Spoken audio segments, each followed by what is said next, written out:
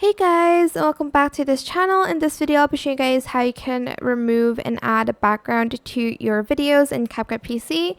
So as you can see, I have this video here and I'm going to add like a different background using Canvas. But first, let's go to the cutout section and we'll use the auto cutout one. Then once you're done, I'm just going to make it stay in the first track. If I add it up here, I won't be able to add a background from the canvas. You can add like backgrounds from like videos, like for instance this one. You can, sorry, there's this cover, you can add this on top like so. But if you want to add one from canvas, just make sure it's on the first track.